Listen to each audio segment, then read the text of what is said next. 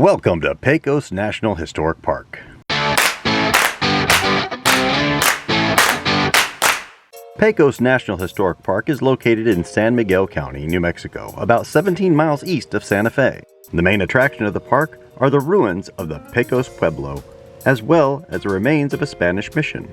The park offers free tours given by rangers. We got there just in time for the Ancestral Sites tour. Didette and I had a great tour guide, Ranger Byron. He was an encyclopedia of the Pueblo's people as well as the Pecos Pueblo.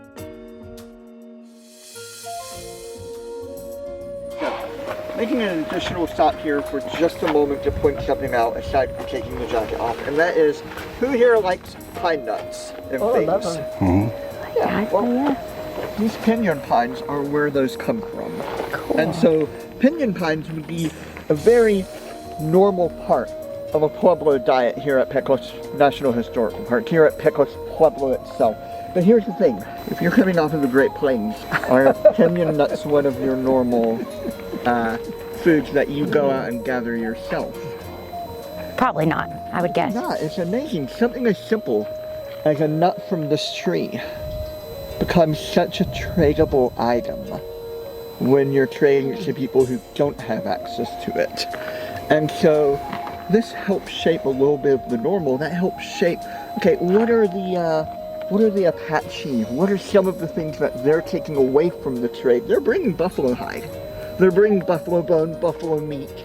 They're bringing things off of the Great Plains, and that makes complete sense because that's where they live. They're also bringing some of the shells that are coming from the Gulf Coast because those are being traded into them, and those shells are another thing. Consider this, seashells or pinyon nuts.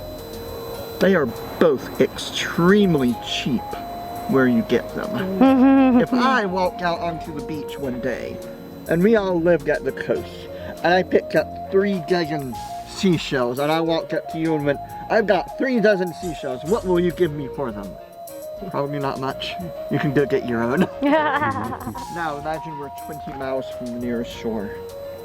Now imagine, oh wait, let's not imagine. Right now we're 800 miles from the source of those seashells. How much more valuable as a trade item do they become over those 800 miles? And think, because it's indirect trade where I trade to you and you trade to you and you trade to you, how many pairs of hands does a seashell have to go through to travel 800 miles? That's crazy.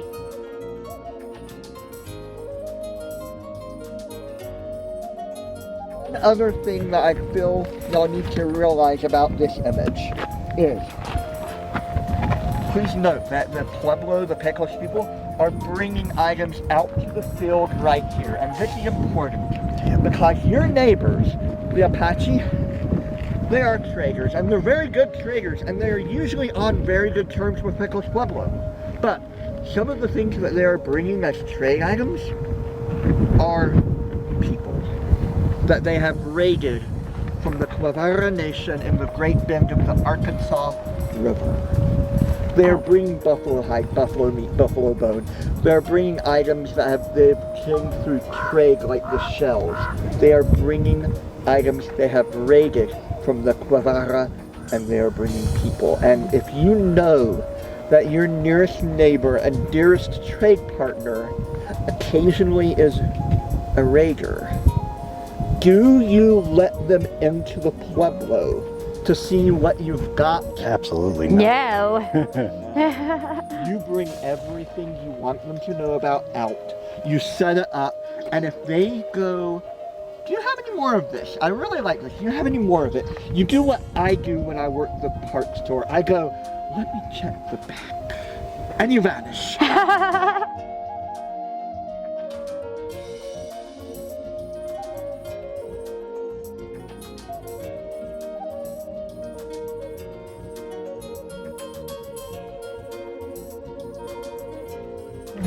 Food moves along trade networks, and corn, well, a couple of things about corn. First off, corn is not a naturally occurring plant. It was a human invention. You take a couple of different wooded grasses, you breed them, you crossbreed them, you keep doing experimentation, And you wind up with an ear of corn that's originally about that big. And then being humans, what do? Well, let's see what else we can do with it. And eventually you get bigger, you get more kernels. This is going to be very starchy, it's not very sweet. This is a flint corn. It's good for drying and then grinding up and using in a gruel or a corn mill. It's closer to a popcorn, really.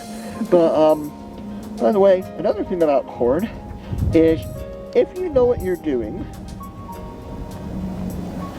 corn is not a 1-for-1 ratio. It's 1,000 per 1. You plant a kernel of corn, you do an even halfway decent job, and you have a good year, and you get surplus. And you do that with corn, you do that with beans, you do that with squash. These traditional three sisters are the primary sustenance crops here. But we also see that because they're a surplus, you can do other things. You can trade off the corn. Painting the pottery actually makes it less useful for some things, like cooking. Now, you know, you got the gray where you're cooking with it, but you put this on the fire, that's going to destroy the design. So you sacrificed one thing for another. Would it be safe to eat it if you used it? Let's be completely honest. Food safety is a very new idea within reason. I mean, the Roman Empire was sweetening its wine with lead. So, would it be safe? Yeah. Would it kill you? Possibly. Would you understand that that was what had killed you? No. Now, we've talked about some of the trade items. Let's talk about a couple of other things that move along trade networks. What else moves along trade networks? We've got, you know, trade goods. People. Animals. The Spanish use the trade network to get up here. Bandits frequently prey along shipping routes and trade routes. The Franciscans come up here with the Spanish. And that's the thing about a trade hub like this one. Pecos Pueblo would have seen evidence of the Spanish long before the first Spaniards showed up at Pecos Pueblo, because this trade network interacts with the Aztec. 20 years before the first Spanish show up here, the Spanish invade, conquer, and colonize the Aztec Empire area. They start to introduce European trade items into the trade network there. But what else comes with those trade items? Disease? Oh, yeah. Start to spread along that trade network. Here you can see the old wall that surrounded the pueblo. Unlike walls of today, where the higher is the more effective in keeping people out, walls back then were made as an obstacle. If invaders were attempting to gain access to the pueblo, they first had to overcome crossing the large open field, then run up the hill, only to find a wall just tall enough that you can't jump it, which would slow them down considerably. If you survived this far and made it into the pueblo and raided it, now you have to leave, and the only way out is back over the wall and down the hill and across the open field, carrying the extra weight of the goods you stole. As Ranger Byron put it, from the moment the raid begins until it is over, the Pecos people are defending their home. So, if the raid was like a video game, and Ranger Byron was attacking the pueblo, Ranger Byron would have probably died multiple times during the raid.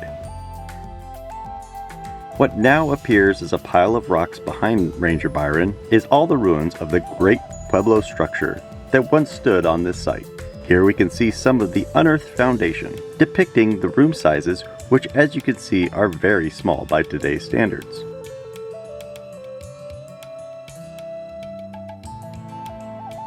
When we arrived at the Old Mission Church, the park has an info board that shows what the church may look like compared to what is left. As you can see, there isn't much left, but a small amount of walls in the altar portion of the church. However, the U.S. Park Service is doing everything they can to restore and preserve what is left for future generations to see.